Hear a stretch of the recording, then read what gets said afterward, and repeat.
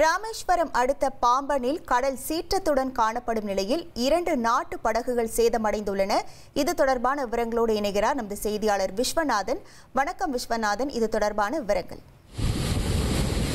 வங்கக்கடலில் உருவாகியுள்ள காற்றழுத்த தாழ்வு நிலை காரணமாக ராமேஸ்வரம் தீவு பகுதி முழுவதுமே கடந்த 2 நாட்களாகவே கடல் சீற்றத்தில் காணப்பட்டு வருவது மட்டுமல்லாது மணிக்கு 45 முதல் 60 கிலோமீட்டர் வேகத்தில் காற்று வீசி வருது. இதனால் பார்த்தீங்கன்னா கடந்த 2 நாட்களாகவே ராமேஸ்வரம் தீவு பகுதி முழுவதும் நல்ல மிதமான மழை பெய்து வருகிறது. இதனை காரணமாக ராமேஸ்வரம் தீவு பகுதியில் உள்ள பாம்பன், மண்டபம், ராமேஸ்வரம் மீன்பிடி துறைமுகத்திலிருந்து மீனவர்கள் யாரும் மீன்பிடிக்க கடலுக்கு செல்லாமல் தங்களுடைய படகுகள் எல்லாம் கடற்கரை ஓரத்தை நிறுத்தி வச்சிருக்காங்க. இந்த நிலையில் பார்த்தீங்கன்னா ராமேஸ்வரம் அடுத்த பாம்பன் வடக்கு கடற்கரை பகுதியில் ஒரு சுமார் 200க்கும் மேற்பட்ட நாட்டு படகுகள் மீனவர்கள் மீன்பிடி தொழில் செய்து வராங்க. இந்த நிலையில் பலத்த சூறைக்காற்று மற்றும் கடல் சீற்றம் காரணமாக வடக்கு மீன்பிடி துறைமுகத்தில் நிறுத்தி வைக்கப்பட்டிருந்த நாட்டு படகுகள் முழுமையாக சேதமடைந்திருக்காரு. இதனால அந்த பகுதியில் உள்ள மீனவர்கள் வேலை நடந்திருக்காங்க.